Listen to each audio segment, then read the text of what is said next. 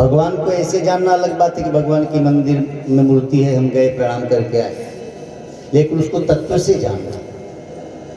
आप ऐसे जाओ, आपके अंदर कोई दर्द हो तो डॉक्टर कहेगा एक्सरे कराओ, अंदर से क्या प्रॉब्लम है। भगवान को जब तत्व से जानेंगे तो फिर पता लगेगा कि ये भगवान मुझसे दूर नहीं था और हम भी भगवान से दूर नहीं थे। ऐसे लगता है कि भगवान मंदिर में है, तीर्थों में है, कभी मिलेगा, बड़ी तपस्या करनी पड़ेगी, जबकि सच क्या है कि भगवान सदा हमारे साथ है। उसके बिना हमारी श्वास चल ही नहीं सकती। आप कोई एरोप्लेन को देखिए, धरती पे से कोई जहाज उड़ रही है आकाश में, तो उसका पायलट दिखाई नहीं दे रहा, लेकिन पक्का है कि अंदर बैठा है, तभी तो उड़ रही है। ट्रेन जा रही है तो उसका ड्राइवर भले न दिखे, लेकिन है, तभी चल रही है। तो आपकी हमारी जो श्वास चल रही है, इसे चलाने वाला दिखता तो नहीं, लेकिन कोई तो अंदर बैठा है जो चला रहा है।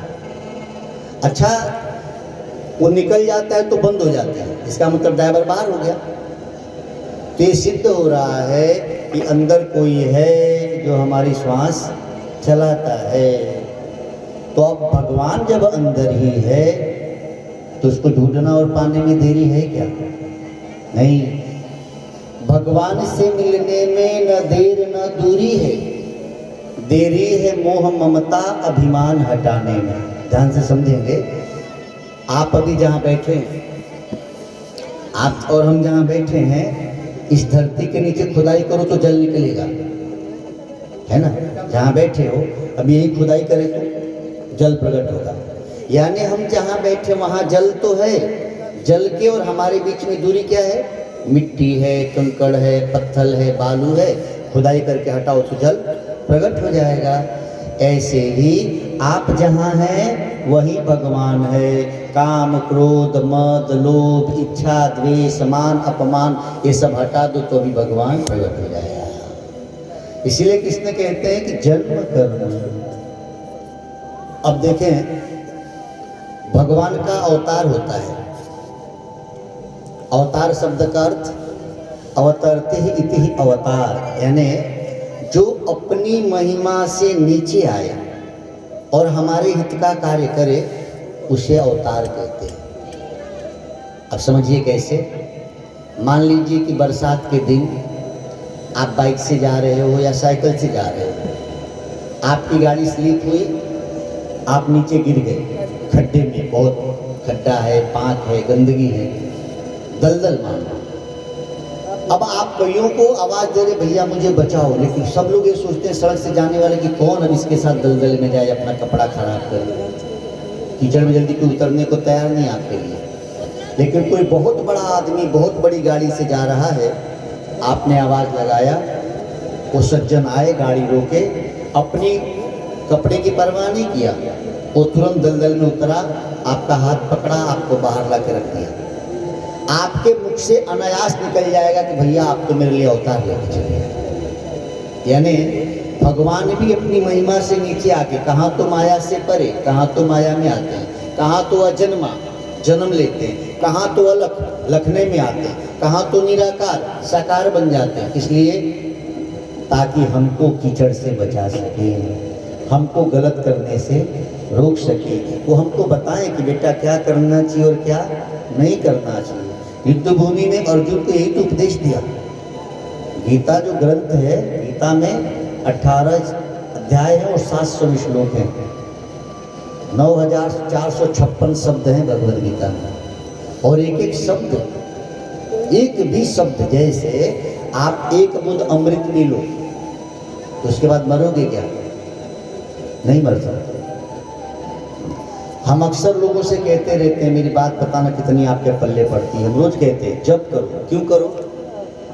आप यदि एक बार भगवान नाम का जप करने लगे, या आपका बेटा बेटी, तो उनके अंदर बुराई नहीं आएगी। जैसे कोई अमृत पी ले, उसके बाद उसको जहर पिलाओ तो बोलो मरेगा क्या?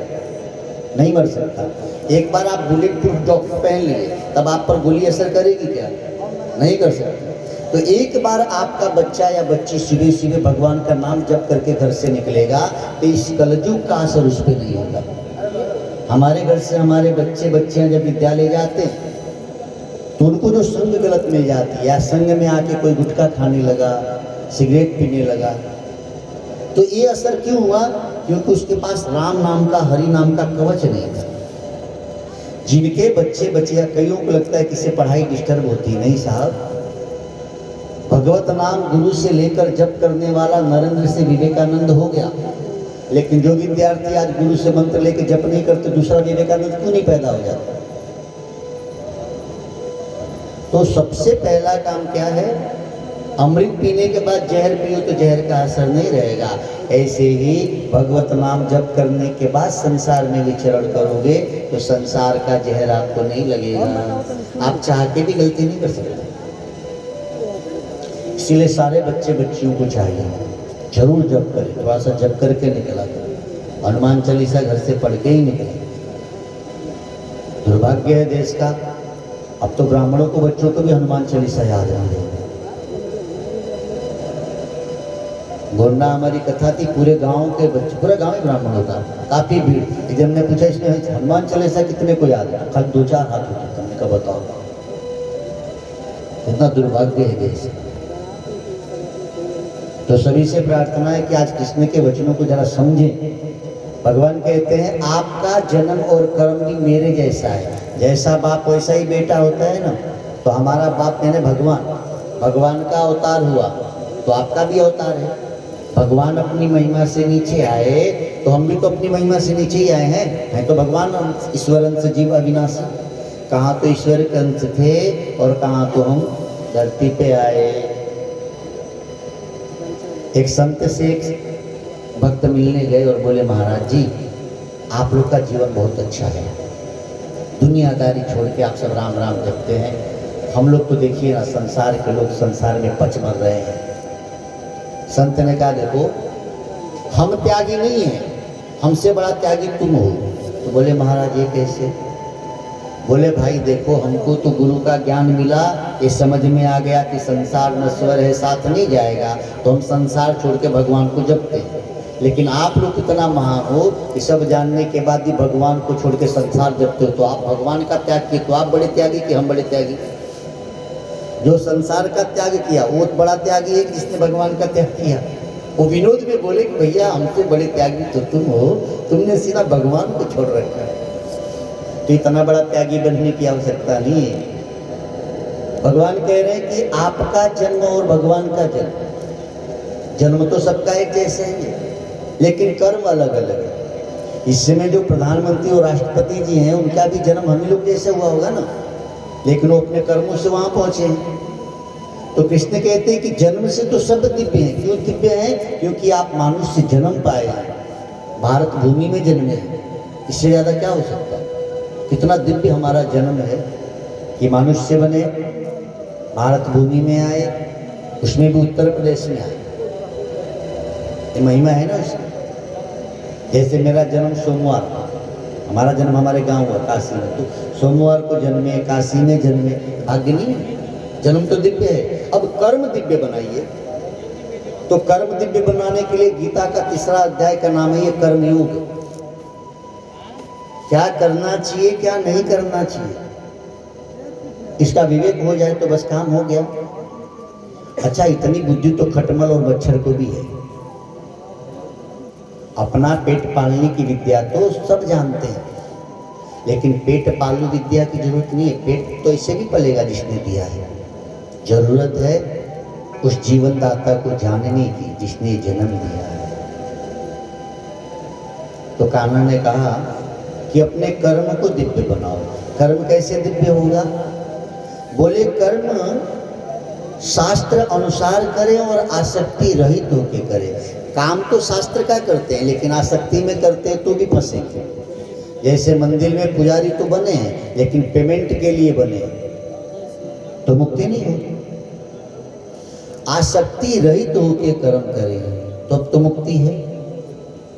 आसक्ति रहित होकर कर्म करते हैं तो परमात्मा की प्राप्ति होती है, लेकिन आसक्ति युक्त होकर कर्म करते हैं तो कुछ धन की प्राप्ति होती है, बस ईश्वर नहीं मिलता। इसीलिए वशिष्ठ जी ने मानस में कहा उपरोहित ही कर्म अति निंदा। जबकि उपरोहित कर्म ब्राह्मण न करे तो फिर विवाह कैसे होगा, आपकी कथा कैसे बाची जाएगी? लेकिन कहने का वशिष्ठ जी का अर्थ ये था कि उपरोहिती कर्म करने वालों को इतना दिमाग में रखना चाहिए कि ये भी साथ जाएगा नहीं, मैं सिर्फ कराने के लिए ब्राह्मण नहीं हूँ, मैं इसके अंदर जाऊँ, समझो कि इसका अर्थ क्या है। आप सोचो, हम लोग जब संकल्प कराते हैं तो आपसे कहा जाता है कि आज ये दिन है, ये तिथि है, ये नक्षत्र है ना, तो किसको बताया जाता है? भगवान को। ये जो संकल्प होता है पूजा के समय जजमान से कराया जाता है, तो उस समय बुलवाया जाता है ना। जैसे आज कहा जाएगा गुरुवासरे नवम्याम तिथो, तो क्या भगवान को नहीं पता है? वो सब जानते हैं। आपके मन को ईश्वर में लगाने की विधि है। आपसे इसलिए बुलाया जाता है कि आप ये समझ जाओ कि आज के दिन इस समय हम पूजन करने बैठे हैं, ये नक्षत्र है, ये तिथि है, वार है, या ग्रह है, युग चल रहा है।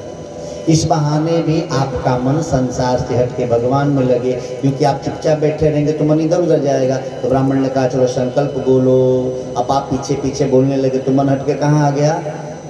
जैसे कभी कभी देखो प्राइमरी विद्यालय पे जब बच्चे ज़्यादा शोर करते तो टीचर क्या करेगा, कखा पढ़ाओगे, तो एक खड़ा होकर पढ़ाएगा, पीछे से सब चिल्ला के पढ़ने लगेंगे, तो फालतू वाला काम बंद कर दिया। इधर उधर की जो हल्ला कर रहे थे गुरु जी ने कहा चल भाई गिनती पढ़ो। तो ऐसे ही जब हम पूजन करने बैठे हैं हमारा मन इधर उधर जा रहा है तो ब्राह्मण, इसीलिए मैं निवेदन करते रहता हूँ अपनी बिरादरी वाले से कि जब पूजन कराओ ना तो ज़्यादा से ज़्यादा जजमान से बुलवाओ भाई। यहाँ तो जजमान वाला भी हम ही लोग बोल जाते हैं, फिर जजमान समझ ही नहीं पाएगा, उसका मन ही नहीं लगेगा। अधिक से अधिक जजमान से बुलवाएं ताकि उसका मन यत्र अन्यत्र कहीं गया हो तो तुरंत आपके वचनों के माध्यम से उस पूजन स्थान पे आ गया। ये हो गया कर्म। कर्म आसक्ति रहित तो होके करें, नहीं तो अच्छे कर्म भी हमको बंधन में बांध देते हैं। आसक्तो हा चरण कर्म परमाप्नोति पुरुषः। कृष्ण कहते हैं आसक्ति रहित कर्म करो तो परमात्मा की प्राप्ति होती है।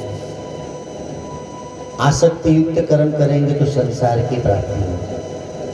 अब कहते हैं मेव यो वेति तत्वतः, भगवान का तत्व क्या है। हम सब भले अलग अलग बैठे हैं, हम सबके कपड़े अलग हैं, चप्पल अलग हैं, सबके आँख नाक सब अलग अलग है ना, सबकी सब कुछ अलग अलग है। लेकिन आप सोचो हम सबका जो सिस्टम चल रहा है शरीर का, आँख देख रही है, कान सुन रहा है, जीवा बोल रही है, इसको पावर कहाँ से आ रहा है? श्वास से। और श्वास लेने वाली हम सबकी हवा एक है कि अलग अलग है? ये भगवान का तत्व समझ में आ रही मेरी बात। भगवान का तत्व क्या है कि जो कुछ भी हम देख रहे हैं, गोपियों की दृष्टि देखो, जित देखो तित श्याममयी है। गोपियों की दृष्टि ही ज्ञानी की दृष्टि है। वासुदेव सर्वमति स महात्मा सुदुर्लभ, जो सब में वासुदेव का दर्शन करे वो महात्मा। जैसे तुलसीदास जी कह रहे सिया राम में सब जग जाना। तो भगवान का तत्व यह है कि आप चींटी से लेके हाथी तक को देखो, राजा से लेके रंग तक को देखो, तो समझो ये रंगमंच है, सब अलग अलग पात्र कर रहे हैं, लेकिन इन सबसे जो पात्र करवा रहा है वो डायरेक्टर एक है। जैसे किसी फिल्म में कोई हीरो है, कोई विलन है, कोई भिखमंगा बना, कुछ बना, अलग अलग दिखते हैं, लेकिन सबको करवाता कौन है?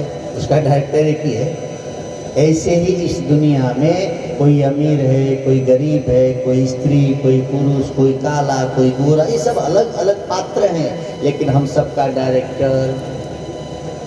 वो तत्वों पे जब दृष्टि चली जाएगी तो आपकी जहां दृष्टि जाएगी वहां गोविंद नजर आएंगे।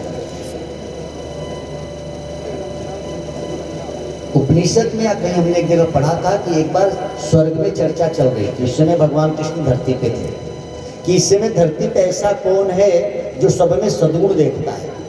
देखिए दृष्टि सबके पास है, लेकिन कुछ लोगों की दृष्टि है जो सिर्फ कमी देखने में लगी रहती है।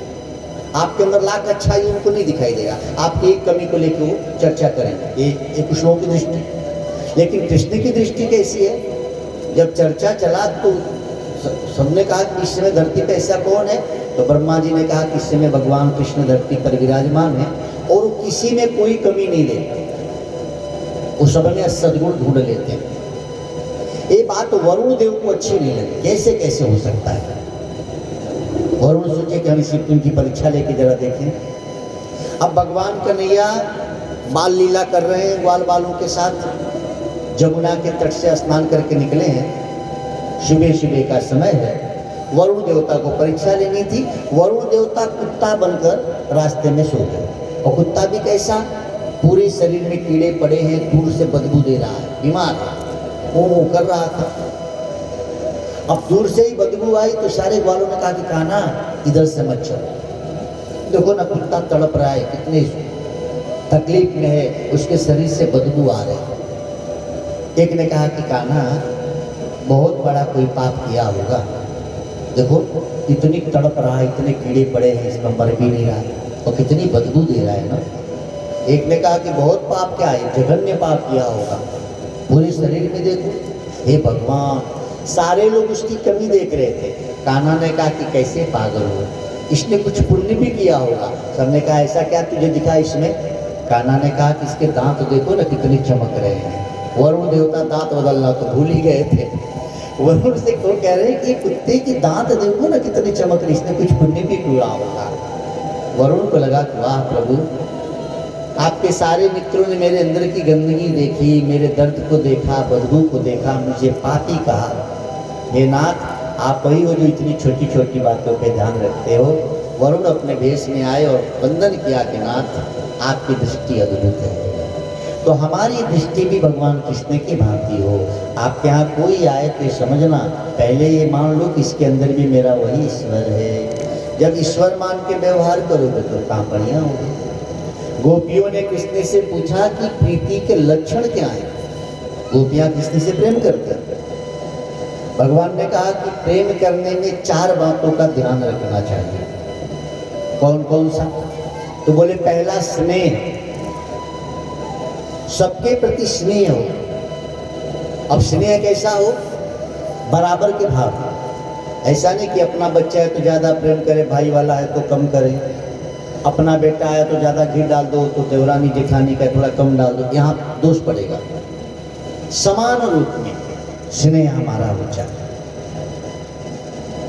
पुत्र का पिता का प्रेम ईश्वर के नाते हो। आप मानिए कि ईश्वर ने मुझे जिम्मेदारी दी इस पुत्र को अच्छे संस्कार देने की, अच्छी शिक्षा देने की, और फिर पुत्र को चाहिए कि पिता ही मेरे शिव है, इन्होंने इस तन को जन्म दिया है, इस शरीर पे इनका अधिकार, ये भाव रखे। हर सासू का बहू के प्रति ये भाव होना चाहिए कि ये मेरे बेटे की पत्नी है,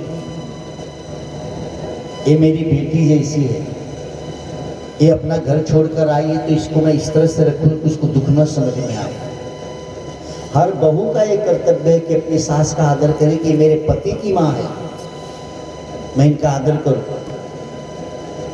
ये जब भाव आपके हमारे रहेंगे ना तो प्रेम आप कर पाएंगे। फिर बोले कन्हैया कि प्रेम में मित्रता भी सावधानी से करना चाहिए। कृष्ण गोपियों से कह रहे हैं कि जब प्रेम करो ना तो ये देखो कि सामने वाला योग्य है कि नहीं तो गधों की दोस्ती, लातों की बौछार। ऐसे गलत व्यक्ति से खूब ध्यान देना बेटा। मित्रता करने में खूब 100 बार सोचो। देखो महाभारत और भागवत जी में प्रसंग है, मित्रता का वर्णन देखो। एक मित्र है द्रुपद और द्रोणाचार्य, उसी ग्रंथ में देखो द्रुपद और द्रोणाचार्य भी मित्र हैं। और एक मित्र है दुर्योधन और कर्ण, और एक मित्र है सुदामा और श्री कृष्ण। ये सब मित्र ही हैं, लेकिन इनकी कहानी देख लो। द्रुपद और द्रोणाचार्य मित्र थे, एक ही गुरु के गुरुकुल में पढ़ते थे। जब घर जाने लगे तो द्रुपद से कहा द्रोणाचार्य ने कि तुम तो राजा के बेटे हो, मित्र राजा बनोगे। द्रुपद ने कहा कोई बात नहीं, मैं राजा बनने के बाद भी तुझे भूलूंगा नहीं, कोई कमी हो तो याद करना मित्र को। और जब द्रोणाचार्य के पास अश्वत्थामा का जन्म हुआ तो सोचे कि मित्र से कहूँ राजा है, गाय मांगू दूध के लिए। और जब गए तो बोला सुन, वो गुरुकुल की बात थी, तेरी मेरी कैसी मिताई, कहाँ मैं राजा, कहाँ तू गरीब दीनहीन भिखारी ब्राह्मण। अब देखो ये मित्रता है। मित्रता वहां काम नहीं आई। यहाँ कर्ण सावधानी पूर्वक मित्रता करो। बेटियां तो खूब सावधान रहना। बेटियों को बिगाड़ने में छछुन्नर बेटियों का ज्यादा हाथ होता है, इसीलिए बेटियों से प्रार्थना है सावधानी पूर्वक ही मित्रता करो। जैसे एक ना हो कई भैंसिया पूरा पानी गंदा कर देती है, एक वो छछुन्नर बेटा एक कई गुड़ी के छछुन्नर बना। सावधान रहना चाहिए। कर्ण की दोस्ती देखे कर्ण ने गलत व्यक्ति से मित्रता कर ली। कहाँ? तो सूर्य पुत्र, हमारे यहाँ बुद्धि के देवता सूर्य माने गए, और जो सूर्य का पुत्र है उसने बुद्धि से निर्णय नहीं लिया, गलत व्यक्ति की मित्रता। कर्ण जैसा कोई दान ही नहीं, और फिर भी कर्ण मारे गए। आज भी कर्ण को आदर नहीं मिलता, जबकि अर्जुन से श्रेष्ठ धनुर्धर थे। क्यों? गलत व्यक्ति से मित्रता कर लिया था। इसीलिए मित्र कम बनाओ लेकिन बढ़िया बनाओ। अच्छा, आपके साइकिल में या बाइक में 2 टायर होते हैं, तो टायर बढ़िया रहेगा तब यात्रा होगी, कि पंचर टायर लगा दोगे तो चल पाओगे। तो मित्र भी जीवन में पहिया जैसे ही होते हैं। अच्छे मित्र बड़े भाग्य से मिलते हैं भैया, लेकिन आपका भी कर्तव्य है। एक आलू भी खरीदने जाते हो तो 4 दुकान देखते हैं, ठोक ठटा के लेते हो ना। तो जीवन में मित्रता ऐरे गहरे से क्यों करना, सावधानी पूर्वक करो। अच्छा, एक मित्र कृष्ण और सुदामा भी। द्रोणाचार्य गए तो बोले तू दीनहीन भिखारी ब्राह्मण से मेरी कैसी मित्रता, मैं तो राजा हूँ। और यहाँ खाली भगवान सुन बैठे कि मेरा मित्र आया है, तो नंगे पैर दौड़ गए। अब आप सोचो, आज भी कृष्ण और सुदामा की मित्रता गाई जाती है, द्रुपद और द्रोणाचार्य की नहीं, कर्ण और दुर्योधन की नहीं गाई। तो कृष्ण कह रहे हैं कि प्रेम का दूसरा सोपान क्या है? तो बोले मित्रता अच्छों से करो। पहला क्या है? सबसे स्नेह करो। दूसरा, मित्रता अच्छे से करो। तीसरा, बोले सद्भाव, सबके प्रति अच्छे भाव रखे जाएं। किसी ने आपको गाली दिया और आप सुन लिए तो कोई बात नहीं, उसने दिया तो दिया, सद्भाव रखें। और चौथी सबसे अच्छी बात है श्रद्धा। कृष्ण कहते हैं गोपियां अपने से श्रेष्ठ के प्रति श्रद्धा करो, जो आपसे बड़े हैं। जैसे हमारे गुरुदेव है तो गुरु के प्रति हमारी निष्ठा और श्रद्धा हो, एक निष्ठ भक्ति होनी चाहिए। जब अपने से श्रेष्ठ जनों के प्रति श्रद्धा हो जाएगी ना, तो काम बन जाएगा। हमारी श्रद्धा कहाँ है, ये बहुत महत्वपूर्ण है। अब देखो, जिसकी श्रद्धा भगवान में होती है वो मंदिर चले जाते हैं, और जिनकी श्रद्धा भूत में होती है तो ओझा सोखा के घर चले जाते हैं। ले, ये गांव में मंदिर नहीं, गांव में मंदिर है तो नहीं जाएगा, और सोखा जी के घर चला जाएगा। और सोखा जी कहेंगे आजा बेटा, अला बादू, बला बादू, आकाश बादू, पताल बादू, 7 समुद्र बादू, फुर्र दक्षिणा धर तर चाहे मर।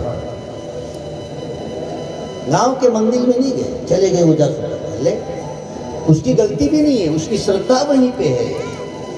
तो आपको 4 बातें खूब गांठ बांध लेनी है। सबसे स्नेह करो, अपना कर्तव्य निभाओ। बेटी को चाहिए कि माँ के काम में हाथ बटाए। आजकल तो बेटियां थोड़ी बहुत पढ़ती हैं तो काम ही नहीं करती घर पे, लगता है काम करेंगे तो पढ़ाई डिस्टर्ब हो जाएगी। ले,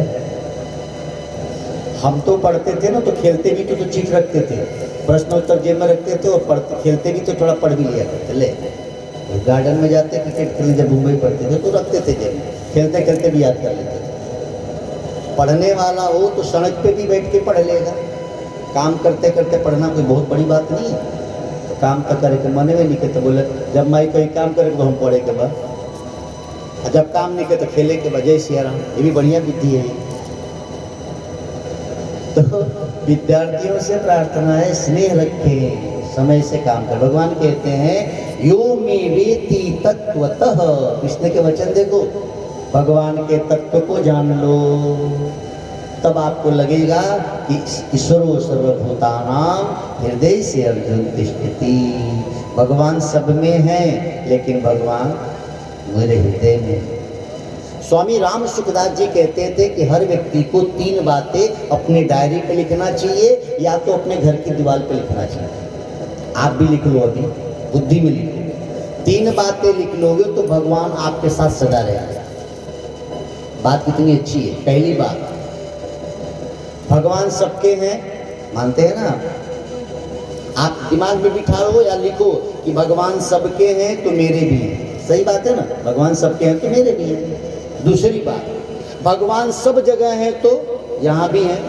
कोई जरूरी नहीं कि आप काशी मथुरा जाओ, अयोध्या जाओ, नहीं, भगवान सब जगह हैं तो यहाँ भी हैं। भगवान सबके हैं तो मेरे भी हैं, और भगवान सब में हैं तो मुझ में भी हैं। अब ये 3 बात आपको याद हो जाए, और आप रात को 12-1 बजे कहीं जा रहे हो, अचानक आपको लगा डर, अब आपको याद आना चाहिए कि भगवान सब जगह हैं तो यहाँ भी हैं। तो डर खत्म।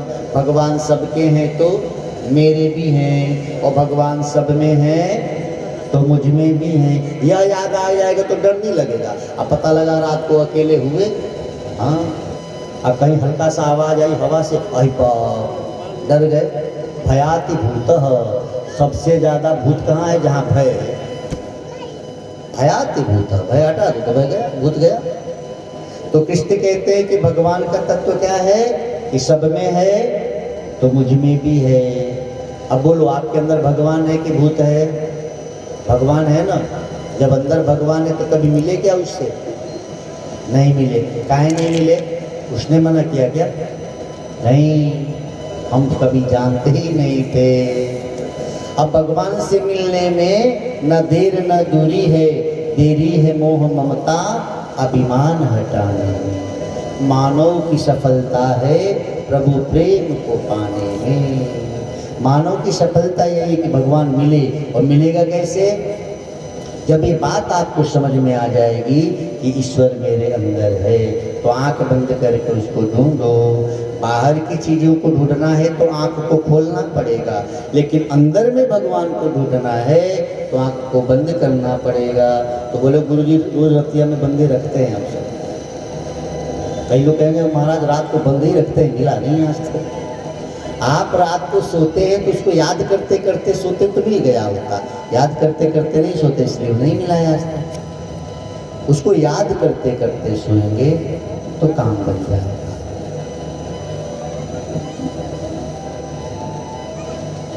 हे हरि तेरी महिमा को हम